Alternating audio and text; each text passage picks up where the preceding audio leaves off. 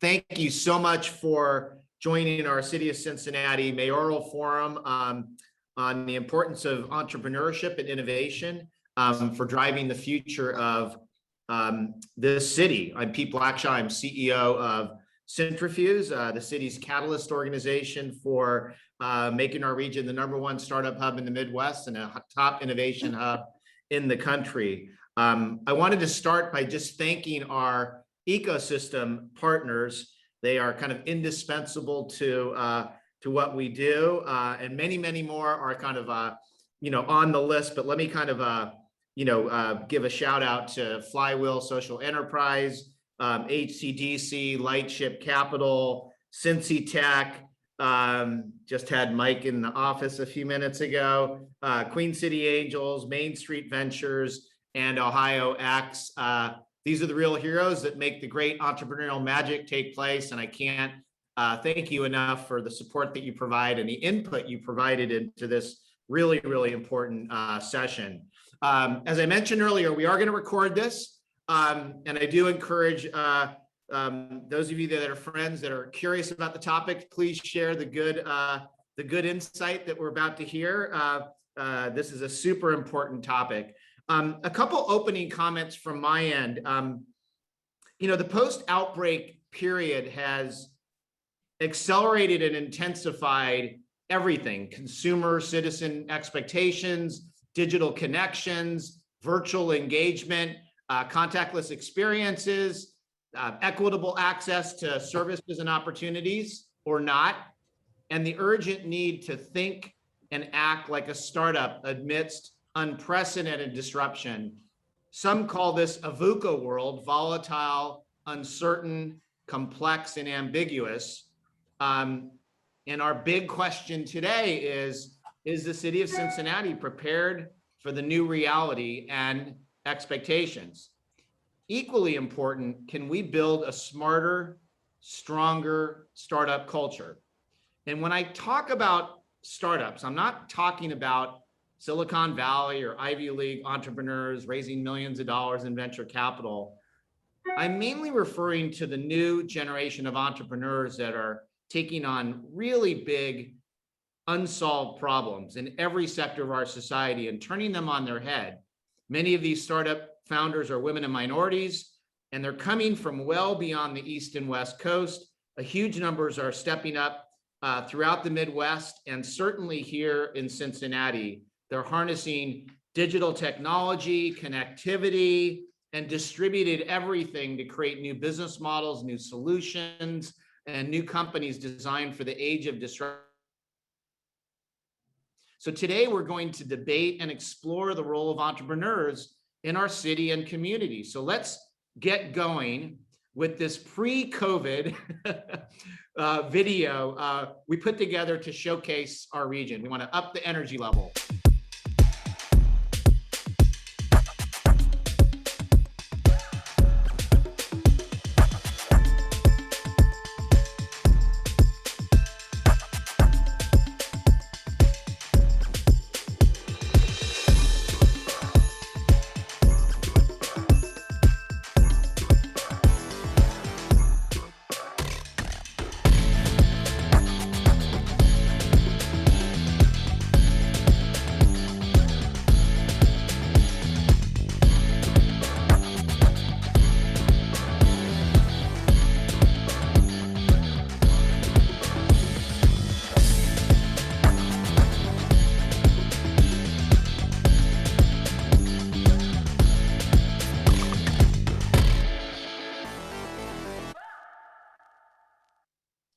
That was cool.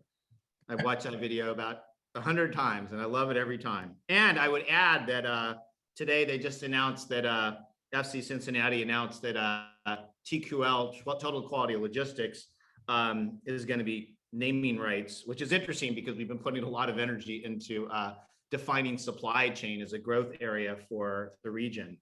So now to move through the formalities, I want to give each candidate the opportunity to take 2 minutes to introduce themselves, and I'll offer this prompt to each of you to answer as you say hello to the audience. And I want you to really kind of focus on this question: how important is innovation and entrepreneurship to Cincinnati's future? So fairly open-ended. And let's start with Senator Thomas, and then we'll go to Gavi, and then Aftab, and then Council Member Mann. Sound like a plan? I like a plan. All right. Senator Thomas, you have the floor. All right, appreciate you. Hello, everyone, and thank you all for doing this. This is critically important to the city, as well as the state, as well as the nation. The issue is, yes, we should be an area of growth. We talk about growth and development. There are many ways for a city to grow. There's economic development and things of that nature, but we also have to keep in mind that there's a technological growth through the ecosystem. Just imagine if we are recognized as the city of choice, where new minds want to explore great ideas and from the ecosystem point of view. Opening that door, that opens the door for jobs, for education. All of these areas, these talented minds will become. They would talk about it around the world. They would say Cincinnati that's the place we want to go. And so I would be the first to say that Cincinnati, yes, we are that area that we can get it done. I think we want to be the topic of choice. So absolutely, yes, and that's my opening statement as we start to move forward. Thanks very much. Great way to set the right level of energy for our discussion. Let's move over to Gavi. You've actually been in the entrepreneurial space. How would you answer the question, how important is innovation and entrepreneurship to Cincinnati's future? Yeah, well, it's absolutely critical. Thanks, Pete. It's so good to see so many colleagues here. I saw Pat Longo pop up for a moment. I see Candace on here. I am an entrepreneur. I've built 2 startups in the region, and it is a region. It's critical. Cincinnati is the beating heart of a 2 million person economic region. But, my first company was in Covington, and it was good starting a startup there. And I was in the first cohort of Centrifuge. I was doing work at Cincy Tech in their life sciences portfolio, which led to my second company, Ekron Systems, which I came on as a CTO and eventually was a CEO of. And to watch our startup ecosystem grow, the hard work that Mike Venerable and others have been doing over the decades to get to a point where we're really on the scene. We have so much more to do, but it is, if you think about Cincinnati as a startup, just like you think about these startups, it's not linear, right? What happens is you have these startups and succeed or fail, they bring more attention to Cincinnati, they bring more talent to Cincinnati. And entrepreneurs and the workforce go on into the next companies, and that's how we're going to grow. I fundamentally believe that that's the approach we need for our government. We need a 21st century city hall that's using data, that's responsive to the needs, and is looking at what the future of Cincinnati looks like. There are a lot of questions now about where our taxes are coming from, and where, what wages look like, what remote work looks like. And we can either see that as scary, or as an entrepreneur would see it, we'd see it as an opportunity for growth, because there is such a tremendous opportunity to bring talent and entrepreneurs from all over the country to this wonderful city that has been growing and becoming more and more livable. And that's why I'm running. That's why I'm really excited about the next decade of Cincinnati. Fantastic. Thanks so much for that. Let's move over to Aftab. Welcome. Thank you so much, Pete. I hear you about the energy, although you're crushing those Red Bulls, so it's going to be hard for me to keep up with you. But thank you to the startup community, the ecosystem, of course, to you, Pete, and thank you to everyone tuning in on Zoom. This forum is a reminder of where we still are with this pandemic, and that's a big part of what has inspired me to run for mayor. For my family and for families across our city, it's been a really challenging and unfortunately historic year. Historic because of the pandemic, historic because of the ensuing economic downturn, and historic because of the corruption at City Hall.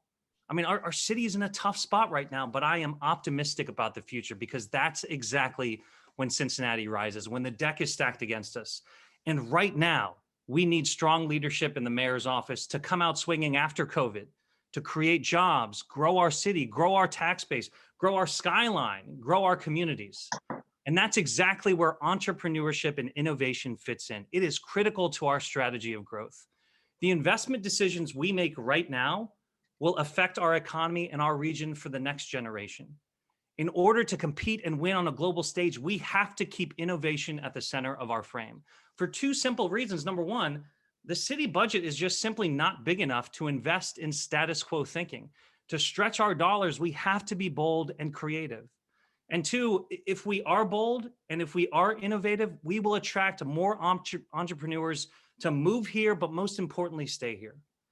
But when we grow, we have to be honest about the racial inequities in our city, and we've got to grow equitably. That's why I'm running for mayor, to lift up all of our city, every corner, particularly our Black community. And I've got a track record of disruption. On my very first day as clerk of courts, I eliminated the long-standing patronage and nepotism hiring practices that have been wasteful and inefficient for decades. But we didn't stop there. We leaned into innovation and technology by putting more services online and improving our IT infrastructure. We've led on justice reform. I think that's the kind of bold, progressive leadership that we need at City Hall.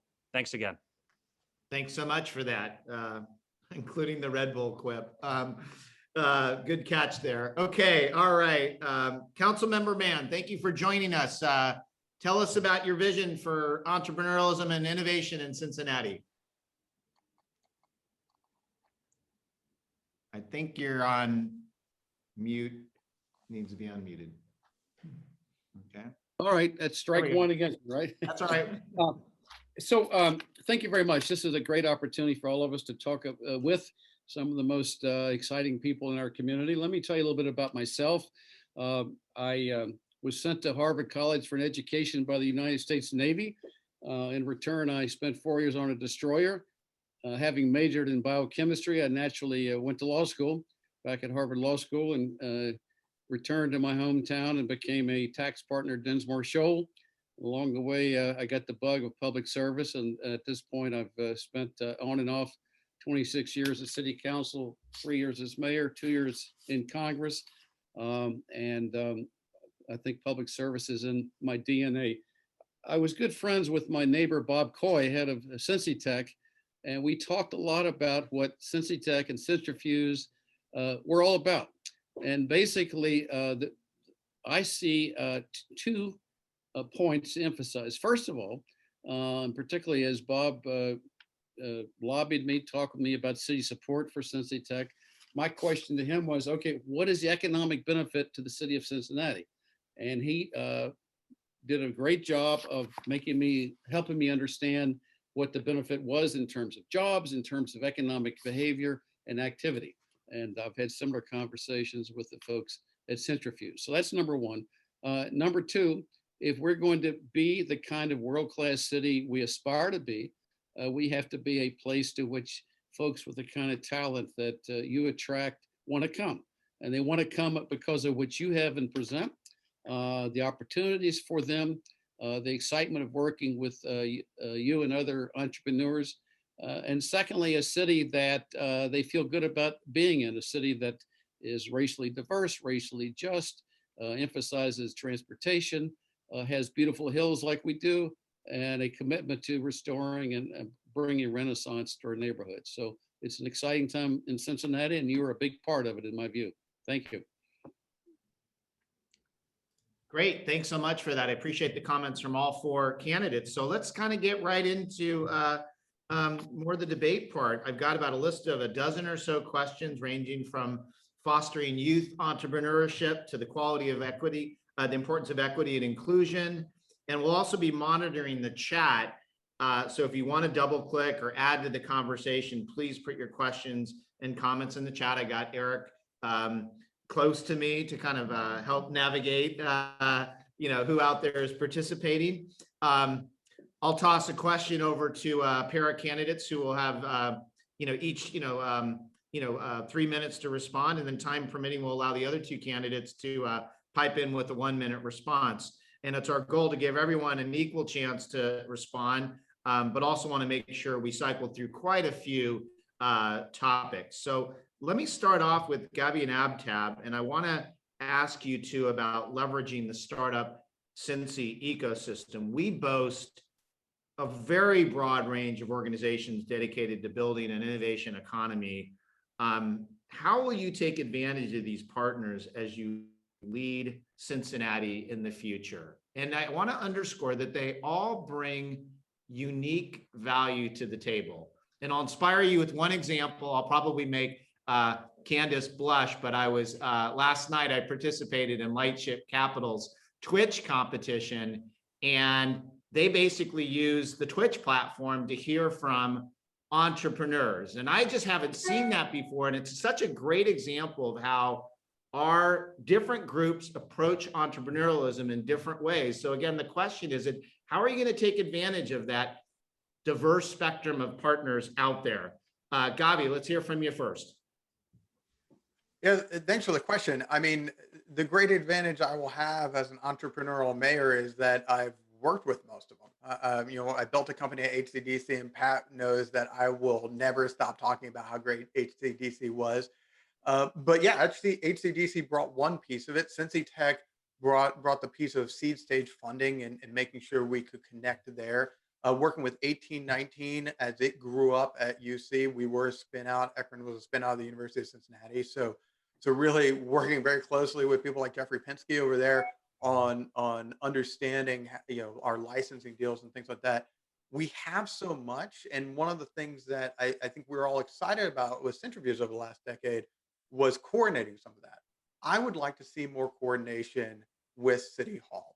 I hear this from every nonprofit in the city that even when they have contracts every year it's a new battle and takes 9 months to get a contract signed. So we need to be able to give more certainty to our nonprofits, including those in the entrepreneurial community that we support, that we're going to be there for them. The other thing is working within the city.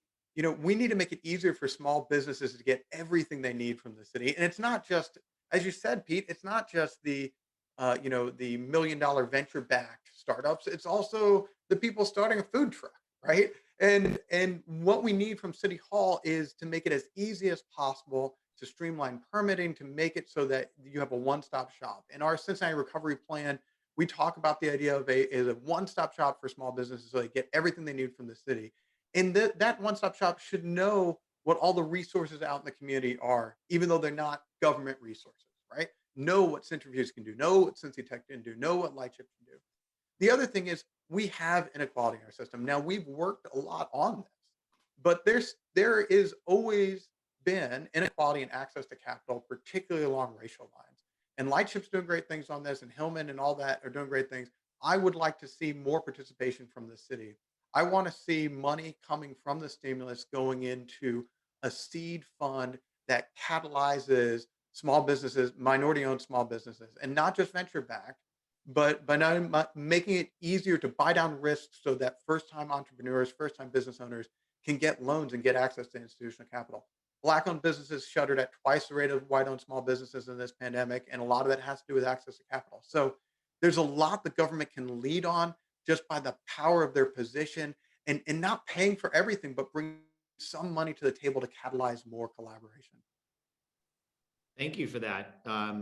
Avtab, your response to the question of how to leverage these broad range of these organizations to achieve your goals. Gavi and I get mistaken a lot when we're out together, so no It's worries. the Red Bull. There's no doubt, Pete, there's no doubt that a strong and thriving startup ecosystem is a critical piece to the future and the growth of the city. I think if you run for mayor, you should have a plan. I've got a plan, a comprehensive economic recovery plan that starts with recovery, then with growth, and most importantly, with equity. And if I'm lucky enough to be mayor, I will continue the public funding of the ecosystem to help sustain it and hopefully help it grow. But I'll also be a true partner to help in areas that are deficiencies. For example, when we map out the Cincy startup ecosystem, which I know you've done, we see that we're doing really well and we're well populated in the demonstrating space, but our opportunities are found in the growth capital and expansion of resources space. The city can be a partner here by bringing more funders to the table and availing ourselves of our large bully pulpit to identify the need and prioritize it in our messaging. But But Pete, let's just be very frank. The city's budget is simply not big enough to make a big splash as it relates to capital. But what we can do, what we must do, is attract talent and keep talent. The investment decisions that we make over the next couple of years with the $290 million from the federal government will affect us for the next 50 years. We don't know it yet, but mid-size and small-size cities are in the fight for their lives for talent. This is a defining issue for this city. To win the next 50 years, we have to be a place that talent wants to live in and know that they can thrive professionally. That means greater access to broadband in our homes and in our public spaces. It means a commitment to public infrastructure that prioritizes bicycles and walkability. It means dense, vibrant, artistic, diverse neighborhoods that people my age want to live in. And it means a greater emphasis on being a global city with global citizens. That's how I think we can really partner and impact our startup ecosystem. But we should also look for ways to partner with startups to disrupt the way we provide service. That's exactly what I did as the clerk of courts. I took an office that was genuinely stuck in the 1980s and completely disrupted it. By leaning into technology and innovation, we improved basic services. A couple of examples. Instead of coming in and pleading your case, we empowered people to contest parking tickets from their phone. Instead of having to come in to file for a divorce or dissolution, you can now file from your phone while browsing dating apps. That's the kind of innovation we need at the city. I don't want the city to just be a funder of startups. I want the city to be a customer, to bring startups within City Hall, to challenge us to make basic services more efficient and better. Thank you very much. Senator Thomas, lots of issues that you can respond to here. You've got a minute, and be assured that we'll probably come back at some of these through some of the other questions. Yeah, absolutely. The simple solution that I would bring would be to become a partner, become one of the members of the team. And with that, bring resources, lead by example. We talk a lot about what we could do by becoming part of the solution, by bringing resources, establishing a sustainable source of funding to work with the other partners from the private sector. We're talking about public-private partnerships. Having a seat at the table is what it boils down to. Use additional public partners to, when I talk about public partners, I'm talking about the state, and when we're talking about Ohio Third Frontier Initiative, using my legislative position as mayor, I should say my position as mayor, to reach out to my state partners and say, hey, can we promote additional funding coming from the Ohio Third Frontier? All of these areas is what we're talking about. And so when you establish these public-private partnerships and you become part of the team, and then the entire team moves forward. That would be my focus. Thank you very much. I appreciate that. Councilmember Mann. So this attorney does not know all the things that the city should do or can do to be supportive. So it's a given for me that we have to support, not direct, and that we need your help in understanding how we can be most helpful. And to the extent it's more than money, I would appoint an advisory committee, appointed of representatives from Centrifuge, Cincy Tech, the innovation community, the innovation district, the Children's Hospital, and so on, and ask you, okay, what can the city, what should the city do to be a more helpful, more constructive partner?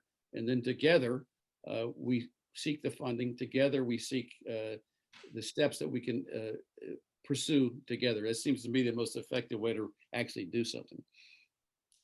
Thank you very much for that response. Now let's move on to the second question. I wanted to open with Senator Thomas and Councilmember Mann this time. I want to talk about sustainability leadership. Tomorrow, in honor of Earth Day, we're actually hosting a couple virtual events. One with Alex Frederick from PitchBook and Tisha Livingston from 80 Acres Farms, who's up the road in Hamilton, about the importance of sustainability tech in the Midwest. This is an area where there's just a huge amount of venture capital. There's a lot of job creation. And, we have a bit of a hypothesis that this might be an area where Cincinnati has a unique competitive advantage. I'd love to, get your perspective on whether you see that as an opportunity, whether you have any particular ideas on how we might accelerate it. So let me kind of start with Senator Thomas. The question is absolutely. We have a golden opportunity. The city has $291 million that is coming from the rescue fund. We want to be able to think outside of the box and utilize some of those dollars to grow our city. Talk about growth. Well, we want to be able to allow individuals to look at Cincinnati as that Midwest area to grow our businesses and startups and things of that nature. When you start to look at what's around us, you don't have a solid base for startups that they can look at to come to and be a part of. But if you create that opportunity, if you promote your city as with the innovation startups, utilizing all of your partners, all competing, I should say, participating in bringing the resources and inviting those from around the world. I just don't want to think, the country. We want to think the world.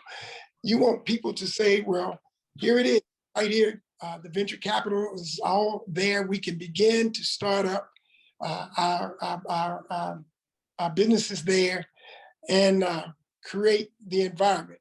It's all about creating that mindset around the world. We want folks to think that they can come to the Midwest and Cincinnati. We already have some Cincy Tech and the funding there that was started back, I want to say 2007, back in that area. We already have it there. We just need to grow it. The seeds have been planted and it's just waiting to excel. And I think this is the time we can do that with the dollars that we have coming in. And if I was mayor, I would make sure that we do not miss out on this opportunity to turn this area into the place of choice for some of these startups, for many of them. Thank you very much. Councilmember Mann, green is increasingly associated with growth, jobs, and opportunities. What would the city do to make that an even bigger reality? I had the fortune and the privilege of being the chair of the Green Cincinnati update review process that took place in 2018. And we have an amazing group of advocates, experts on the steering committee. And the city has developed a very comprehensive, thoughtful plan that is committed to making the city's carbon footprint by 2035 zero. We are doing a number of other things within the week. There is the ribbon cutting on the solar array in rural Ohio that eliminates any, will provide all electrical needs of the city of Cincinnati government, and we'll have some left over to sell. So we're trying to set an example, and I know there are corporate citizens in Cincinnati that are setting examples. Fifth Third is 100% green, and the zoo has done tremendous things. So those are all great. And you point out, I think that one of the things that folks, young folks particularly, who are trying to decide whether to stay here or to come here, they all ask the question, what is the commitment in Cincinnati to sustainability? What is the government doing to reduce the reliance on traditional sources of energy? And what is being done to support electric vehicles? What is being done to offer alternatives to traditional automobile transportation, whether it's public transportation, whether it's a bicycle, ways, walking opportunities. And if you take a look at, if you've noticed what's happening on the Wasson Way Trail in recent years, it's amazing. I had a conference this morning with Rick Rivey and Wim Portman and Jan Portman, outlining the Crown Plan, which is going to bring us 34 miles of connected bicycle trails in Cincinnati. And I'm not sure there are many areas that have, certainly not many areas that have as many hills as we do that have 34 miles. So I find that very exciting. Outstanding. So Gavin Abtab, lots of shades of green to respond to. Where do you want to start? Gabby, why don't you jump in first? Great pun. I'll let Aptab go. I think I went first last time. Okay, go ahead, please. No problem. This again is critical to the future of our city. Study after study shows that the two industries that are growing in our country are healthcare and green jobs. And I think we're well positioned on both. I know the questions about green jobs, and I'll definitely answer it. But on healthcare, with Children's Hospital leading the way, the city and the state have made really historic investments in our innovation district. And it will be my job, if I'm lucky enough to be mayor, to continue that investment and lead that unique growth in our state. And the city is also well positioned to succeed with sustainability too. I mean, with the city's commitment to zero emissions by 2035 and our historic investments in solar energy, the country should be on notice that we are making bold investments in the sustainability industry. But the next phase on the horizon, as I see it, is electric power and smaller and more powerful batteries. With the growth of Tesla and GM's commitment just this past Super Bowl to go all electric in the next 10 years, battery development will continue to lead the way. I mean, in my own garage, I'm an evangelist for my electric powered lawnmower, my hedger, the whole. I'm an Ego Electric Go fan, and I'm not providing an ad. I'm just saying that these batteries are so critical to the future, and the city needs to partner with our startup community and with the Port Authority to put our city in a position to be a hub of not just innovation and science, but also the manufacturing part of this. After all, when we talk about green jobs, we're not just talking about the person who designs the solar panel. We're also talking about the HVAC guy who makes your home more efficient. This would be, I think, a growth potential for not only our white collar and tech entrepreneurs, but also our labor community. Okay, electrifying response. Thank you very, very much. Let's, Gavi, you want to wrap up this question for us? Sure. There's just so much here. I've been working on energy efficiency and renewable energy in this green space for 2 decades now. When I was in Congress working for Gabby Giffords, I wrote the Solar Technology Roadmap Act that became law, drove down costs of solar. It led to things like the Malink Corporation, putting solar all over the zoo. I actually wrote a bill, the Department of Defense Energy Security Act, that became law and reformed the Department of Defense's $20 billion. They're the biggest consumer of energy on the planet. Here in Cincinnati, when I moved here, I had done a lot of work on innovation clusters. So the partnership, which was the Chambers, before READY, it was the Chambers Economic Development Group, hired me to look at innovation clusters. And one of the clusters we looked at was clean energy and renewable energy. Interestingly, my first company was actually making light filters for algae biofuels. There's so much going on in this ag tech. Before 80 acres, there are companies in the tri-state working on ethanol, working on transgenic plants, and all those things. I've actually worked with companies in the broader tri-state area. In Indiana, there's a new technology battery company. So this is a place we can thrive. It's one of the areas we can do a lot in the startup community. But in the broader sense, the way you're going to hear so much about how do we attract people by making a more livable city. The biggest impact our city can have on climate change is by improving public transportation and making it so that everyone can get everywhere in 15 minutes without a car, which is a part of our Cincinnati recovery plan and integral to a livable city.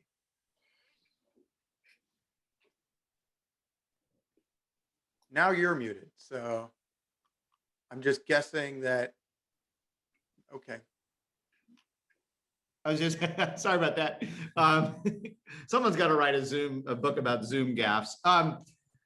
You guys are doing great, but a few of you are going slightly over. So just keep an eye on the clock and just know that there'll probably be opportunities for you to, work in an extra comment in future questions if you feel like you haven't gotten through entirely. But thanks so much for that. Now I wanted to move over to the topic of a little bit more granular on the city. So around open data and crowdsourcing.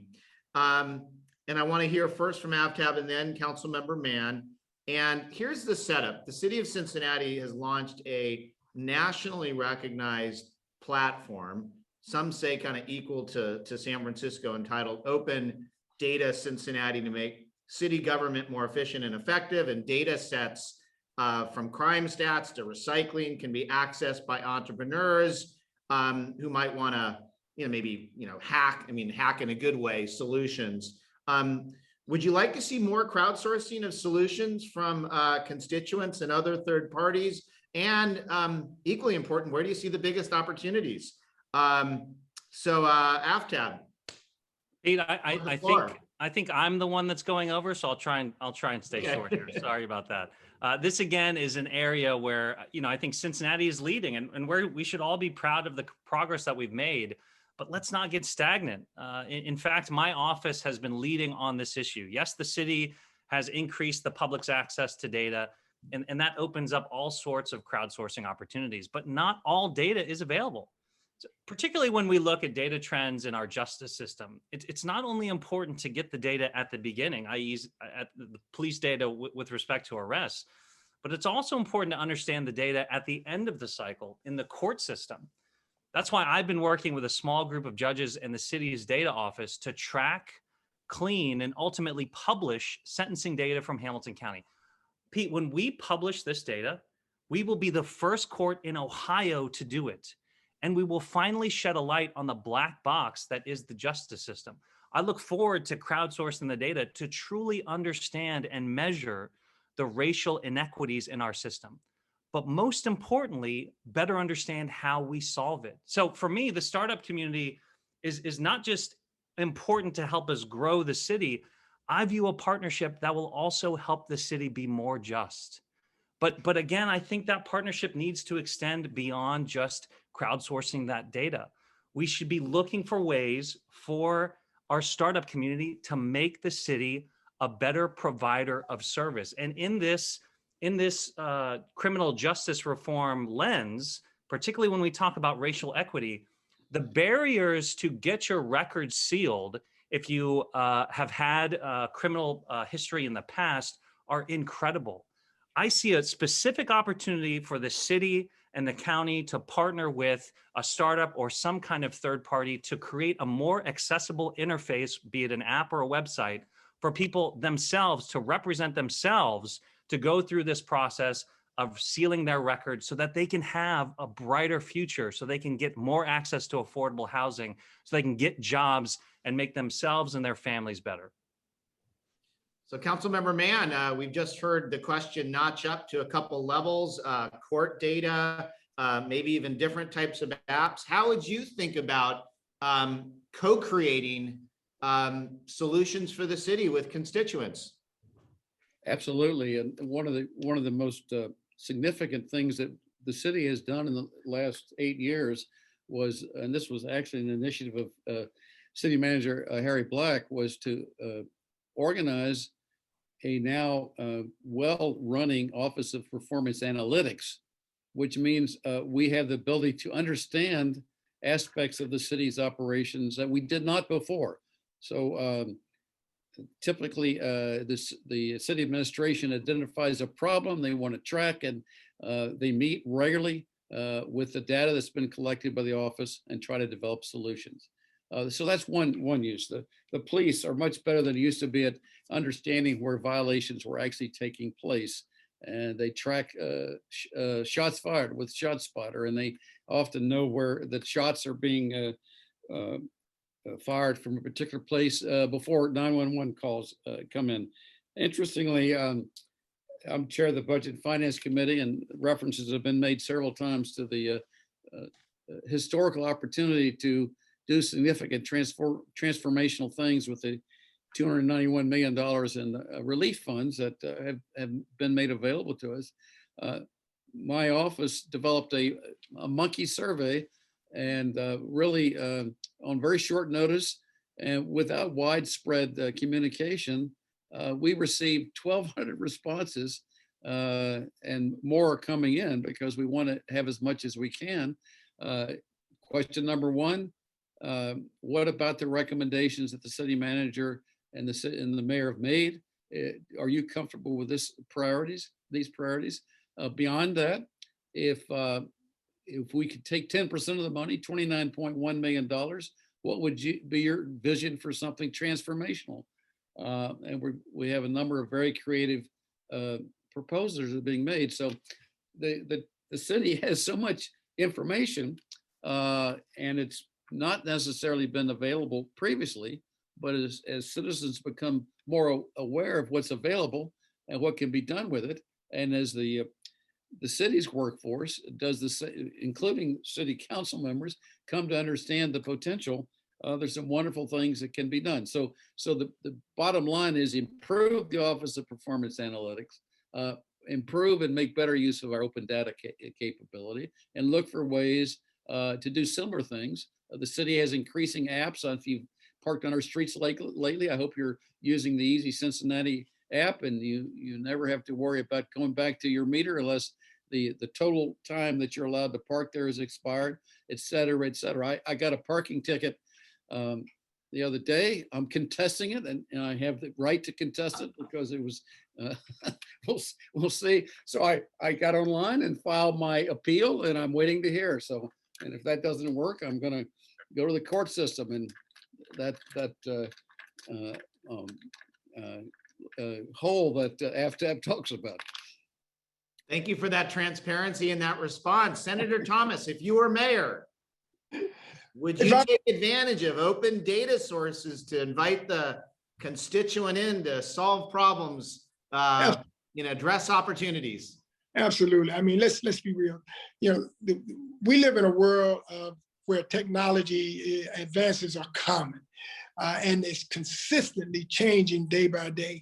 And if I'm the mayor, I would open up every department under my jurisdiction, every part of the city of Cincinnati, and invite opportunities to come in and take a look at how can we do this better.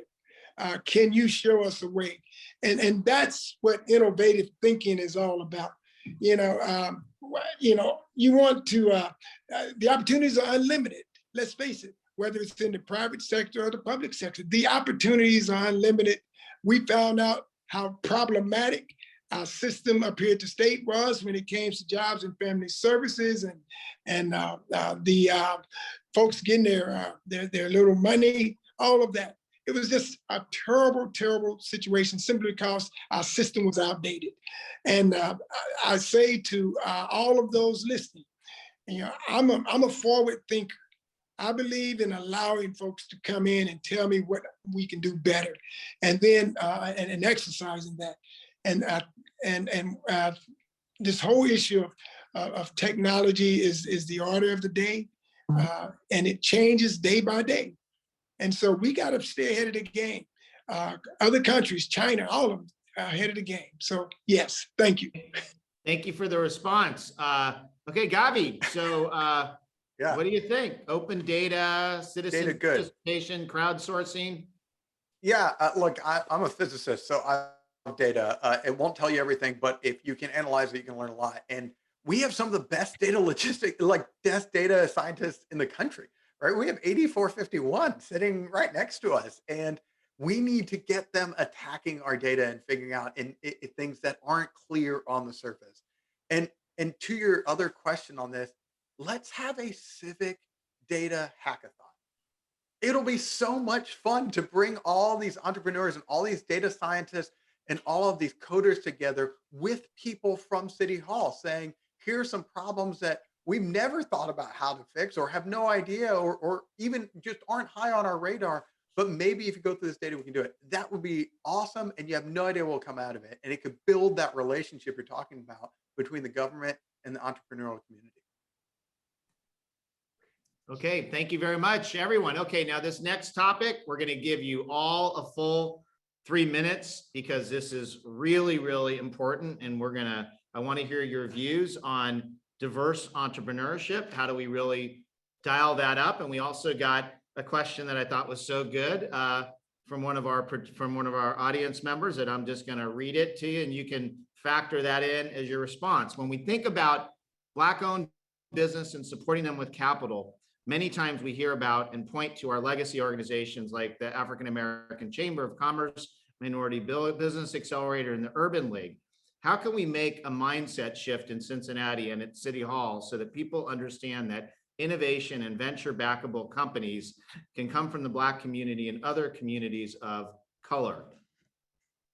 Let's see, Eric, who are we starting with on this one? Okay, Councilmember Mann. Councilmember Mann, you get to kick this one off. Are you Great. ready? I hope so. Well, this is just the way the question is framed. It just raises up a question that our society has to face. The implicit bias with which our society ingrains each of us, and the fact that there would be any hesitation or any assumption that, well, Black citizens who might be interested in developing and presenting ideas somehow are different, and there are hurdles that we would look to them to climb over. We have to get past that. Now, at the same time, it's perfectly appropriate, and I support the need to address historical discrimination with financial incentives, financial programs. The city has quite a few, as you know. We've funded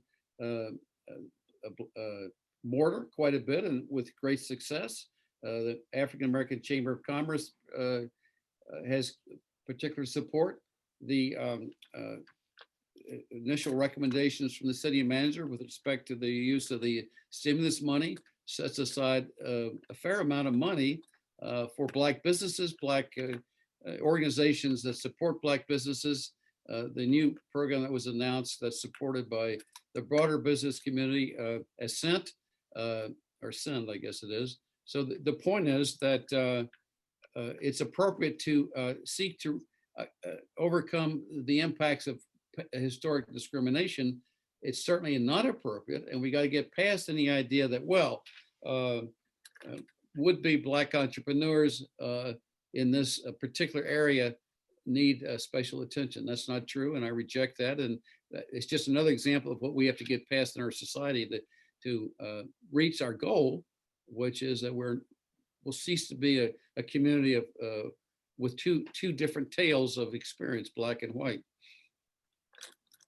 Thank you. Thank you very much for that. Gabby, we're going to go to you next. And I would just add a little bit of texture to the question. You know, the venture capital industry is monolithic. I think everybody would recognize there's big opportunities there, and they're obviously the providers of capital.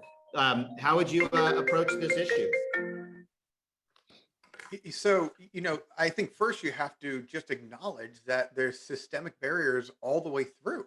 The reality is access to capital is so dependent on socioeconomic status. When you grew up in the country club, you have a lot of access to money. Starting the startup's the hardest thing.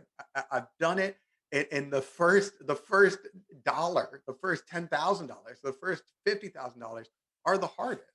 And that's why it's wonderful to have organizations like Cincy Tech, like Hillman, like these accelerators that can help that get going. But I think there's so much more we can do. And that's why I've created this idea of a minority seed fund. And what I'd really like to see is we have a lot of angel investors in this city. And not surprisingly, they're predominantly white. And their circle probably doesn't overlap with a lot of the young Black entrepreneurs. And we need to be working to pull those together. And there are people in our community doing that. I would like the city to be investing in and helping that happen. So one is access to capital. There are ways to do that. But it starts with just acknowledging up front that's harder. It's also harder, it's not just getting the money for your startup. It's the fact that if you don't have as good of a network of financial support, it's harder to support yourself while doing it. There are cities that have done entrepreneurial fellowships. It was really cool to see what People's Liberty did in the nonprofit sector. Could we do the same in the startup sector, where we say, hey, we're going to give you $100,000 to go start a business, and you don't have to pay that back. We just want to seed investors, because the real way we become Miami or Nashville or whatever, I think Nashville is probably a much better comparison, because I think it's a lot more real. Sorry, Brian. The real way we become the next Nashville is by having serial entrepreneurs that succeed or fail and stick around and do it again and again and again. And we've got to support them. And that's the other thing, is we need more of a network of support that's integrated. As an entrepreneur, I do a lot of consulting, some paid, a lot for free, with entrepreneurs, including Black entrepreneurs in our city and in our region. And we need much more of that. We need to keep, and I call on you, Pete, to be fostering more of this camaraderie of support. I will tell you, being the CEO of a company is the loneliest and scariest job you will ever have. And you need those other people around you pushing it and saying, we're going to get this done. And when we build that culture here in Cincinnati, we're going to have unicorn after unicorn. Thank you very much for that. I appreciate it. Aftab, I want to push it a little bit on the question, because we heard about access to capital, repeat founders. But what else would increase odds of more diverse entrepreneurship, and obviously higher odds of success for those founders? Anything else? I mean, you can get into the other issues as well, but I want to make sure that we're, covering all kind of, corners of this question. Yeah, I appreciate that. First thing I would say is systemic racism is real. I'm most intimately aware of it in our justice system, but it exists in our healthcare system, our housing system, and yes, in our economic system. And if I could just touch on capital briefly, access to capital is really preventing a lot of our Black-owned businesses from starting in the first place. A fundamental lack of seed capital and a lack of investment capital to keep the business growing. I know this because of my talks with local business owners. This issue comes up again and again. I mean, the fact is that Black and brown communities have not had the same favorable lending, the generations of wealth building that put entrepreneurs in a position to be able to execute on an idea and succeed. And so absolutely, access to capital has to be a priority. But we also must create a pipeline for IT and STEM students and graduates of color. I mean, I think Cincinnati is well positioned to not only attract skilled workers from around the state and the country, but also to educate, train, and retrain those workers right here within the city limits, particularly students and workers of color. In fact, Cincinnati is already working to do just that, a new public-private partnership between Jobs Ohio, UC, and Cincinnati Children's Hospital. I think they're investing like tens of millions of dollars in the Cincinnati Innovation District in an effort to attract tech talent and educate thousands of STEM graduates. We should not only continue to support those plans, but invest in similar ones throughout the city, partnering with Cincinnati State, for example, to provide more students of color with in-demand skills and certificates in fields where employers are hiring today. Something that Connecticut is doing is looking to do a statewide level with a chief workforce officer and innovation officer, and increased investments in that state's programs. But we can also do that at the high school level, particularly in African-American communities. Studies show that the earlier we engage students, the more likely that we can encourage and develop their IT and STEM passion. I look forward to partnering with CPS and with the startup ecosystem to do just that. But speaking of partners, we've heard her name a bunch, but I would be remiss if I didn't lift up the incredible work Candace is doing at Lightship. They've identified this as a primary issue for their mission-driven operation, and I look forward to continuing to support and lift up those efforts. Thank you very much. Senator Thomas, I think the first time we met, you came to Union Hall around a program that we were leading called Nitro, around small business, kind of tech skilling. Tell us about your response to this question, or respond to any of the comments so far. You have the floor.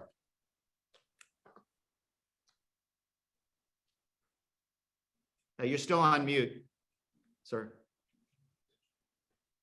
The city of Atlanta, thank you. The city of Atlanta has branded itself as a city too busy to hate. And so my approach would start with branding. The city of Cincinnati can brand itself with support from all of the partners in the ecosystem itself, with Centrifuge and others. The city can brand itself. It could be the city of opportunity or the city that can. And when you do that, then you begin to really promote opportunities. We are doing a significant amount of effort with the Minority Business Accelerator, putting more resources into them so that then they can promote the city of Cincinnati as a city that can. And the same thing with the African American Chamber. Opening these doors, the African American community then realizes that, hey, we can also be a part of this entire process. So you partner with your private sector, and then you lead by example. You don't just put words out there. You put action behind those words. And I keep saying we have a golden opportunity to open the Midwest up. Cincinnati being that centralized location to begin to deal with this whole issue and attract new innovative type opportunities for jobs and things of that nature. But we have to brand ourselves properly to do that. That's why Atlanta is so prosperous at this point. We can do the same thing here in the city of Cincinnati. Silicon Valley is defined as the innovation hub, where we can be the city that can. Thank you very much for that. Speaking on behalf of many of the groups here, I testified before Congress last year about what we're seeing here in Western Ohio in terms of entrepreneurship and the pandemic response. Startup skilling was a phrase that resonated with them. And I wonder how Gabi and Senator Thomas would weigh in to the following. I mean, COVID brought nearly everything to a standstill, but it also reset the bar of expectations of how to work, learn, train, and think and act like a startup. And a startup mindset prizes speed, rapid prototyping, constant iteration, and failing fast to learn fast. It's very obsessed with data, what to see in it, and how to exploit it. In your view, how important are these skills to our city's future? Gabi?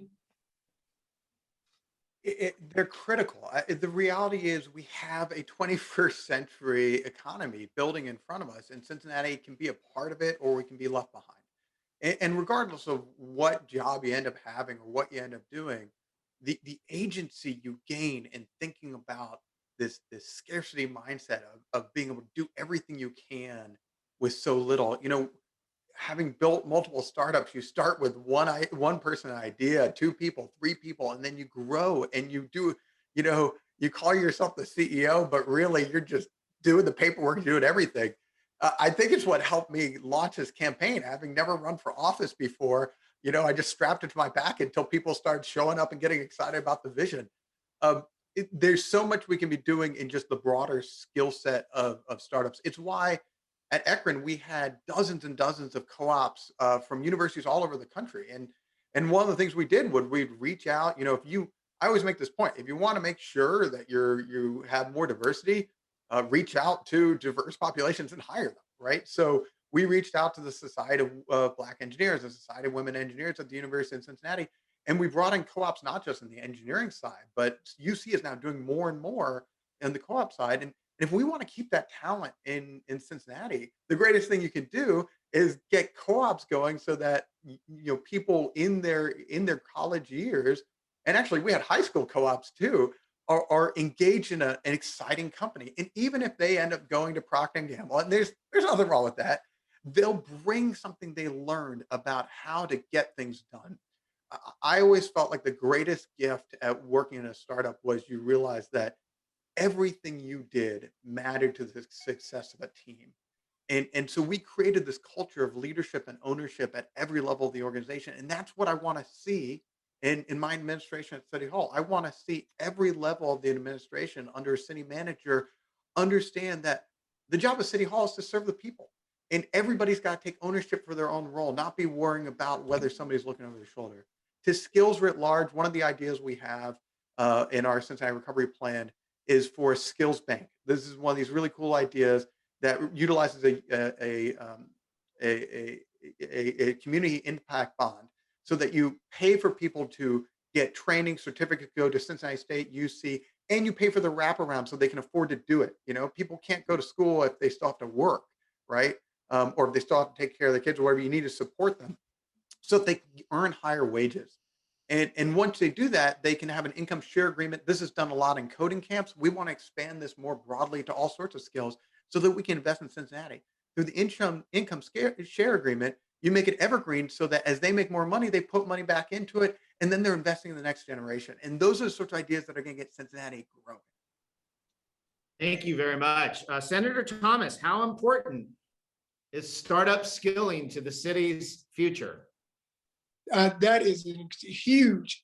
If Cincinnati is going to be the ecosystem of the Midwest, then it has to be able to understand that companies look at workforce, and a company will locate to an area where there's ecosystems and an ecosystem workforce.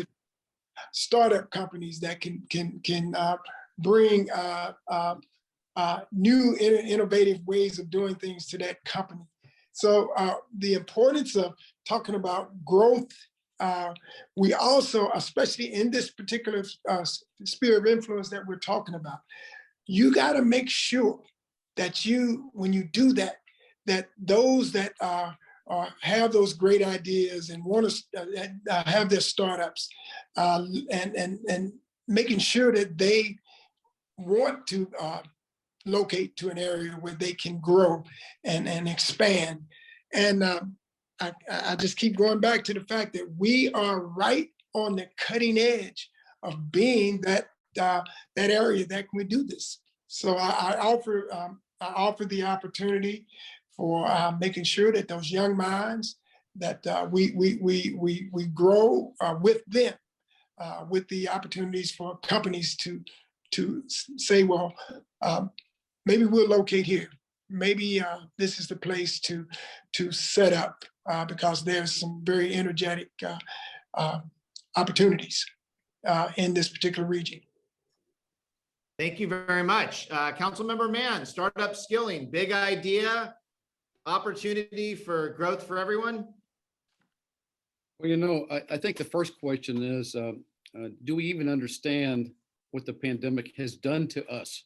I had a lunch today with a business leader who, on the one hand, was optimistic that people, when they were clear to do so, would return to downtown offices as fast as possible. I don't know. He was also optimistic that employers would find that that was the right direction to go in terms of productivity and the like. He made the point that as his employees were working at home, productivity suffered greatly. So there may just be some basic job skills that have to be relearned, because spending a year or so at a computer in your basement or in a family room with all the diversions of a spouse and the kids and so forth, it creates a different kind of attitude. And we don't know also what the impact has been on all of us in terms of social, intellectual, emotional challenges. So we got to return everybody to a base level of skills to do any kind of job. And then in terms of what we're talking about, there, I think, is a need and an opportunity not just to restore skills that folks did have that were in innovation, but to bring those skills to folks that are looking for new activities and new work. Is that the time? Is that a sign to stop? I'm sorry. But basically, that's very polite and saying, you know, great response. I get it. I get it. Okay. Gabby, startup skilling. Oh, AppTab. I think it's I'm so sorry. AppTab. I It's swear that we're Red different Bull. Sorry people. about that. We're identical twins, me and Gabby. I get it. It's all good, man. Startup Listen, skilling, big opportunity. it is a big opportunity. We need more of the startup mindset in government. But before I was the clerk of courts, I had a career in the public sector. Most recently, I was the global brand attorney for Olay at Procter & Gamble, which made me a beauty attorney, which is ridiculous, but learned a lot in my years at Procter & Gamble. In the skincare space alone, you wouldn't imagine that there would be very much innovation around moisturizer and face wash, but every single day at Procter & Gamble, our scientists and our R&D were driving hard to find that innovation. And the answer at P&G was always striving to get to yes. Yes, how can we push the envelope? On the flip side, in government, leaders are always striving to get to the answer no. How can we maintain the status quo? And this isn't a partisan statement. This is true for both Republicans and Democrats. The risk tolerance in government is almost non-existent. We've got to lean into some bold ideas. We've got to lean into some progressive investments if we want to win the next decade. We should absolutely have that mentality at City Hall. Okay, candidates, we are now going to shift from skilling to selling. And this is a really big one. This is about recruiting entrepreneurs and tech talent. And we're going to start with Councilmember Mann and then move over to Gabby. And I know some of you have kind of flirted with this question earlier, but we're going to go a little bit deeper. Now, many of the rules of where and how to work have flipped. Big tech giants like Google and Salesforce are no longer setting geographical limitations. We all heard the big news about Oracle and Nashville. And many cities are developing aggressive recruitment strategies to lure tech talent away from the coast. As the city's number one, I repeat, number one ambassador and salesperson, would you see this as an opportunity? I mean, how would you go about being that salesperson on behalf of our community? Councilmember Mann, you have 3 minutes. Yes, obviously it's a great opportunity and we should pursue it. There was a recent article in the New York Times by the film producer who lives here now, whose name escapes me, who made the case very strongly that Cincinnati had everything that was needed, and it was without the disadvantages of New York or LA or the larger cities on the coast. We have history, we have geographic beauty, we have a renaissance underway in OTR and other neighborhoods. In my professional life, I've had some attorneys visiting from the NAACP Legal Fund in New York City. We walked through OTR and they said, wow, this reminds me of Brooklyn. Once people see it, we've got them. Now, how do we get them to see our city if we can't get them here geographically? Obviously, if the economic opportunity is here, and if they understand that the cost of living is less, I think we have a real shot of doing so. And the pandemic has taught us that a lot of work can be done anywhere with the internet and all the capabilities of the computer and digital linking and all the rest. So I think there's some great opportunities. We have to communicate the facts about our city. And yes, the mayor has to do that. The business community has to do that. And we have some real leaders in the business world that can help us do that. There's no reason we shouldn't be extremely successful, and it should be one of our high priorities. Thank you very much. Gabby, we'll turn to you next. Just this week, I think one of my colleagues, Santiago, let me know that the mayor of Miami was actually got a big feature about the selling skills, and the Lightship Group brought in a group down to Miami to look at what they're doing. But what's your response to this? How do we sell the city to the tech talent and all the folks that are suddenly thinking about where to work? Well, I think the simplest answer is to elect an entrepreneur as mayor. I think that it's a start, It's funny. A year ago, when California was on fire, and I've lived in the Bay Area, and I sent an email to the director of talent at the Cincinnati Chamber, and I said, "Why don't we have billboards all over Silicon Valley, all over the Bay Area, that say if you can work from anywhere, why do you still live here? Move to Cincinnati." And then you just show, like, for the Bay Area, you show the row homes in Mount Adams with a price tag that's 20 times lower than row houses in San Francisco.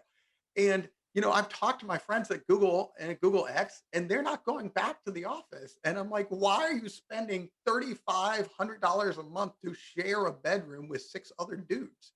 Right? Like, Cincinnati is a wonderful place to live, and you can find anything you want in our neighborhoods. If you want to live in OTR, it's an awesome place to live. Great. If you want a yard, you can move to the west side. You can move to Hyde Park or Mount Lookout. If you want to get that San Francisco Hill experience, go to Mount Adams. So we do need a mayor who's out all over the country telling the story of Cincinnati. When I was building Ekron, we were told over and over again that we wouldn't be able to recruit talent here.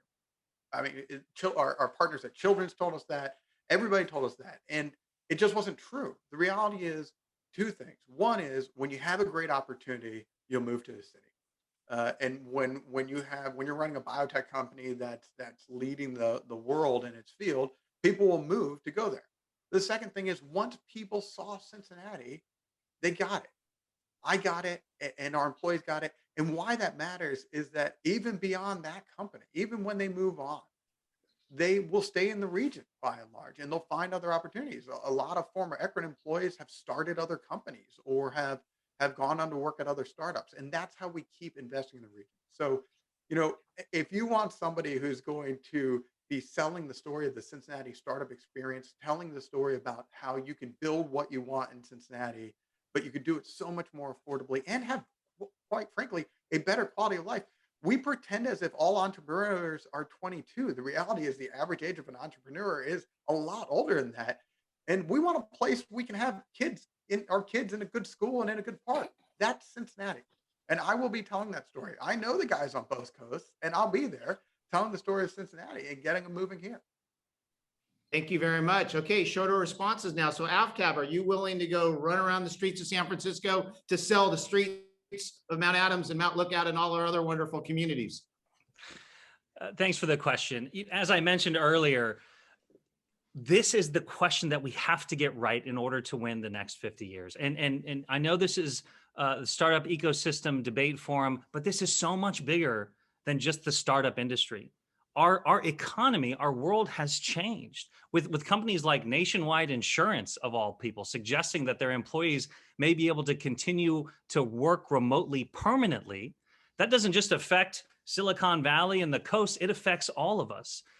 Small to medium-sized cities like Cincinnati are going to be in the fight of our lives right now in order to recruit these remote workers to come here. So absolutely, it will be a priority of mine to make sure that we sell Cincinnati. But to sell Cincinnati, we've got to create a Cincinnati that people want to live in with broad access to broadband, with dense, diverse, artistic, progressive neighborhoods that you can walk in, that you can bike in. And we've got to have some incentives. I don't think we need to pay people to move here like Tulsa's doing, but we should look at creative incentives like employment for spouses or reimbursement for moving expenses or financial aid for student loans. And we can't forget that at the same time we're recruiting employees, we have to continue to fight hard to recruit employers at the same time. That's how we're going to grow. All of those ideas and more can be found in my economic recovery plan on my website. Thank you very much. Senator Thomas, you have the final word. How big a sales hat are you willing to wear for Cincinnati? Well, I think I would start out by marketing. That's the really critical aspect of the whole process. How do I market the city? Now, I couldn't do it by myself. I started out this conversation about partners. We have a number of public-private partners, P&G, Kroger, Fifth Third, PNC, and so on and on.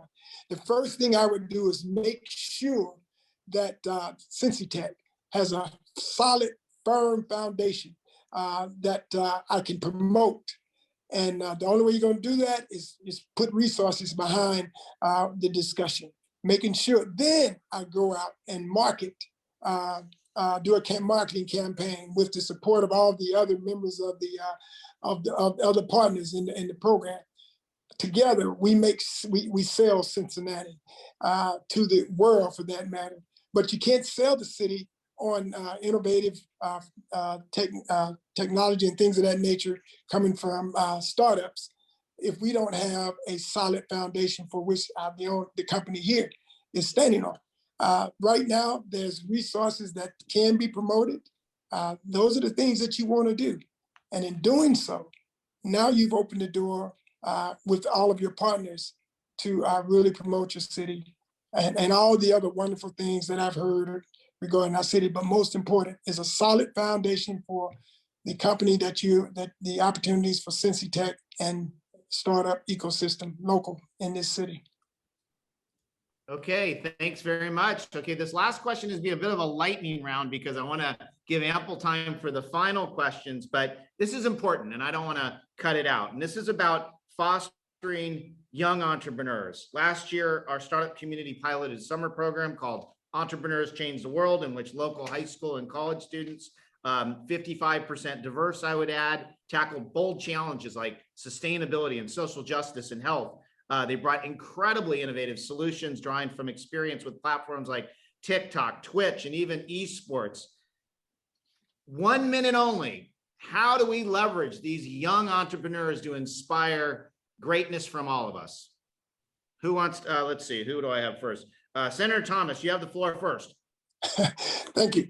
Well, obviously, putting resources behind those kids, getting the best and the brightest from all the schools, bringing them into internships, working alongside of businesses that will allow them in to bring their new ideas, coming down to Centrifuge, I should say Cincy Tech, being involved there, driving that new talent, and then having the resources coming from the city as well as other partners to keep them engaged on a basis, and even carrying them into the secondary education, keeping them focused on doing exactly what we need them to do.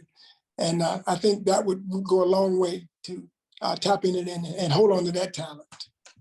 Thank you very much. Aftab, TikTok generation, opportunity or curse? Opportunity for sure. I love your questioning, Pete. It's really good. You should explore this. But specific to the question, as I mentioned earlier, we've got to create a pipeline. We've got to have a mayor that is collaborative, that works with CPS, that creates a pipeline not just for IT and STEM students, but also for entrepreneurial students. And just like the city engages in community benefits agreements with developers or any time we're incentivizing growth, when we're making investments in the startup community, when we're making investments in specific products as a customer, we should connect those investments with community benefits agreements that increases racial equity in the community, not just for our younger entrepreneurs, but also our entrepreneurs of color. Thank you very much. Councilmember Mann, will you twitch with the Twitchers? You know, this past year, we spent more money on summer employment programs for youth than we ever have before. And it's critical to continue that. And as we spend that money, we have to make sure that we have a range of opportunities for young people. And I don't know, frankly, how you identify ahead of time what young person or young people might be the sources of exciting ideas. And you've got minds that need to be turned on to the entrepreneurship world in all of its, with all of its warts and successes and excitement. And I know that in the Innovation District, some things have already been done, but I would enhance that. And it fulfills two purposes. It gives young people something to do, and who knows what great mind will be triggered in a way that we'll be proud to have been a part of later. Thank you very much. Gabby, you have the final word on the youth generation.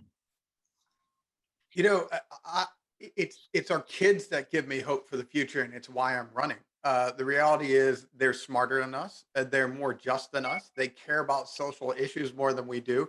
and they understand the internet a lot better than we do. My daughter has been wanting to start her own YouTube channel and Etsy shop since she was like 6. I don't let her, but that's unbridled, entrepreneurial talent. When I was at Akron, as I said, we went out into the schools. I was the board chair of the Spencer Center, a magnet school in Walnut Hills, a majority minority school. We went into the schools for chemistry days. We brought kids into our company so they could see it. But I would love to see more of a partnership between CPS and City Hall and with HCDC, with Centrifuge. Like, let's give these kids opportunities to start companies, because there's nothing like creating your own sources of income to give you a sense for freedom. And I think this next generation is just going to blow us away if we invest in them. Thank you. So let's move to the last question. Before we wrap up, we wanted to give the candidates the final word to get a quick 90-second response to anything else on top of the important topics we covered today, or you can use some of that airtime to respond to an earlier point or clarify another one. But let's, this time we're going to go in the reverse order of how we started. So Councilmember Mann, you have the floor first. 90 seconds. This is our closing statement, is that? Yes. Okay. It's a free-for-all. You can say whatever you want. Okay, well, I do want to make the point that we're talking about the next mayor of the city. The city of Cincinnati is a huge enterprise. It has over 6,000 employees. It spends $1.5 billion a year. We have 17 departments providing a whole range of very critical services. And I think it's important that the next mayor be somebody who has experience, who understands how things operate, and can take charge from day one. Respectfully, I've had the privilege of serving this community for many years, and I think I can do a great job leading what will probably be the least experienced new council in history. Only one elected member of council is even eligible to run because of term limits and other issues. And so we have a real challenge in this community to make sure we don't make a mistake. Thank you very much. Aftab. I pulled a mute there. Pete, thank you so much. And thank you to the startup community. I really appreciate it. I'm the son of a refugee. My mom was born in Tibet, and she was forced to flee when the communists took over. With everything they could carry, my grandparents, my mom picked up, made their way through the Himalayas, through Nepal, and into India, where she grew up as a refugee. My mother met my father in India, and my father's from Punjab, India. And the young couple decided to come to the United States, to the New World. So my dad looked at a map of our great country, and from sea to shining sea, from New York to California, this crazy man could have gone anywhere. And he chose Beaver Creek, Ohio. Born and raised right here in Southwest Ohio, went to public schools. But my story is the story of America. It's the story of Ohio. It's the story of Cincinnati in our Southwest Ohio region. I don't have a familiar Cincinnati name. My family hasn't been here for generations, but within one generation, my family went from being refugees to now running for mayor of Cincinnati. That's the way that we win the next 5 decades. By being a place where no matter what you look like, where you're from, no matter how much money you have the opportunity to come here, to thrive here, and to stay here. That's my vision for Cincinnati. I ask you to support me in this primary election. Thank you. Thank you very much. Gabby, final comments. I'm running for mayor because I see a city that has so much potential, that has so much history, and used to lead the country in public transportation, in police reform, in arts and culture. But I also see a city that for decades has ignored the systemic inequalities, has ignored all the systemic racism that has separated out our city and left 45% of our kids in poverty. I've seen it when I built the Spencer Center, the school serving 350 kids from all over the city. I've seen the dysfunction of a city hall that wouldn't give us a crosswalk until 13 kids. I looked it up. I was wrong. I've been saying 8. It was 13 CPS kids, Cincinnati public school kids, got hit by cars. And that's a failure. whether it's because they don't pay attention, whether it's because they're dysfunctional, whether it's because everybody's so busy bickering or I don't know, looking out for their next election. I don't know, but we need a change. It's time to turn the page for Cincinnati. It's time to start growing and growing equitably. As someone who spent the last decade and a half in public policy, as someone who's built organizations, as the only candidate who's built businesses and understands what it takes to bring tens of millions of dollars of investment to the city and to create good paying jobs in the city, livable wages and good benefits, I'm ready to be an entrepreneurial mayor. I'm ready to be the chief innovation officer. I'm ready for Cincinnati not to just be okay with how things are going, but to lead the country on so many issues and become the Queen City once again. If you're excited about a vision for an equitably growing city, please vote for me on May 4th, but also go to votegavi.com and get involved. Democracy is not a spectator sport. Thank you. Thank you. And Senator Thomas, you Thank have the final word Thank of you. the debate. My biggest strength throughout my career, I got 27 years in law enforcement, 5 years executive director of the Cincinnati Human Relations Commission, 8 years as the head of the Cincinnati City Council's Law and Public Safety Committee, and now I'm in my 7th year as a senator. My biggest strength is I'm a team player. I started this whole conversation out about it takes team building in order to get something done. This is why I said the city of Cincinnati will be a member of the team, because we are in competition, folks. We are in competition. Other states are trying, other cities, I should say, are trying to do what we're talking about here. And we are on the cutting edge of being the city that can overcome all those other competitors. But as a team, we have to make sure that we are providing the resources and all the other things to boost our whole startup ecosystem. And I guarantee you, if we get on this now, time is moving fast, but if we get on this now, especially when we've got this $291 million, we've opened a whole new area that is untapped resources for the city of Cincinnati and for this entire region. And we just have to have the political will to do it. And my vision will be to impart that vision into my city manager, as well as sit down with each member of council and say, this is a huge golden opportunity. Let's move forward with it and let's put the resources behind it as a team with our public and with the public-private partnership with all the other members of the team. Thank you. Well, I just got to say, who needs electric charging stations when we have the energy of these 4 candidates? We're so grateful for your commitment, your passion to our city, to our entrepreneur community. And I think we all got a tremendous amount from this discussion. I also want to give a big shout out. I was just going through the scroll and we just got an amazing group here. Everybody on this call is playing incredible roles in empowering entrepreneurs, building our innovation culture. And I'm very, very grateful for you joining. And whoever wins this very important race, I hope you take full advantage of all of the stakeholders in our startup community. Consider them your extended sales force. Everybody is very, very committed to so many of the issues that were discussed today. Specific shout outs to the partners that helped us shape this program: Flywheel, HCDC, Lightship Capital, Cincy Tech, Queen City Angels, Main Street Ventures, and Ohio X. And I know other groups are represented among the attendees, and thank you too. Please go buy something from an entrepreneur. Go tell your brother, cousin, daughter to come to Cincinnati and be part of what we're building here. It's truly very, very exciting. If you're into the sustainability theme, tomorrow we're going to have an amazing workshop webinar with PitchBook and Infinite Acres.